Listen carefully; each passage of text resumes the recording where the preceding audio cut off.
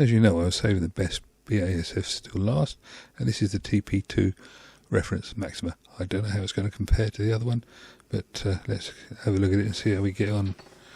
It's rather a nice looking wrapper. It's nice and shiny, very appealing to look at. Reminds me of a steam train, actually, if you look where the 60 is. Like a steam train's coming out of the cassette. Anyway, let's have a look. On the back we've got lots of words, and it's referring to that mechanism that I hadn't seen on the previous one. And loads of words on there. I wonder what they say. Anyway, we'll have a look at those properly in a minute. And it's there we go. Right, 3-component azimuth stabilizer up to 95 degrees C, and that's what the front looks like. Yeah, I reckon it's rather smart. But this is obviously a consumer cassette as opposed to the other one, which was sort of semi-professional. I say that because of the fact that it looks a bit nicer. It's got a little bit more appeal. And well, there we go. That worked a bit better than normal. Got a bigger bit that came off, but I still can't get into the rest of it. It's more words, different words. Hang on, what's going on here? Right, okay, it says on there, it just basically says it's the same as the other one. It's an azimuth correcting thing. And we've got pretty pictures on here, and then when we take it off, so that's the back, or the front. Anyway, that's one side. We've got pictures, and on the other side we've just got the tape. Not quite so pretty now it's got the wrapper off. But, yes, this is the same shell as on the previous one. And, yeah, it feels exactly the same. It's got that grey thing on it. It's definitely a Type 2 shell. And, now that's interesting. You see here,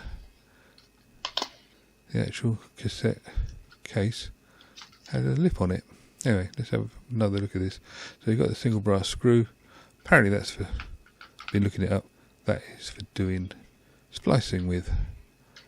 But yeah, definitely it's a nice shell. It feels good. And with the reference bit there, makes sense.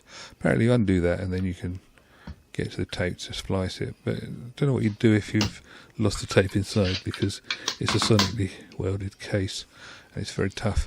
Now look at the J card.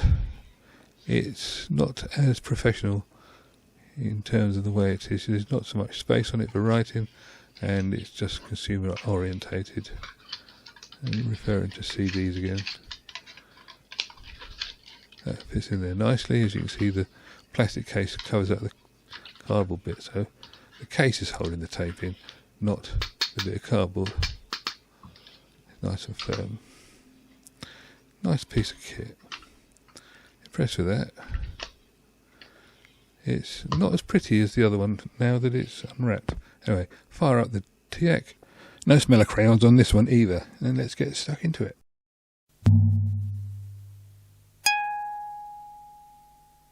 We're starting off with a nice bit of bark, whatever you want to call it, bit of organ music.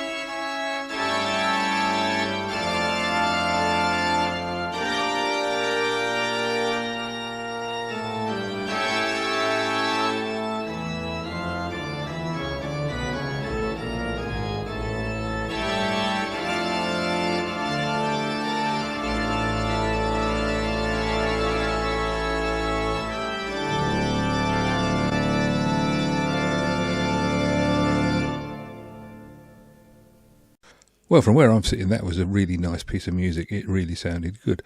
This is the trace that the whole thing looks like from beginning to end. You can see the music on the tail end of this one, and it's the normal sort of one you'd expect.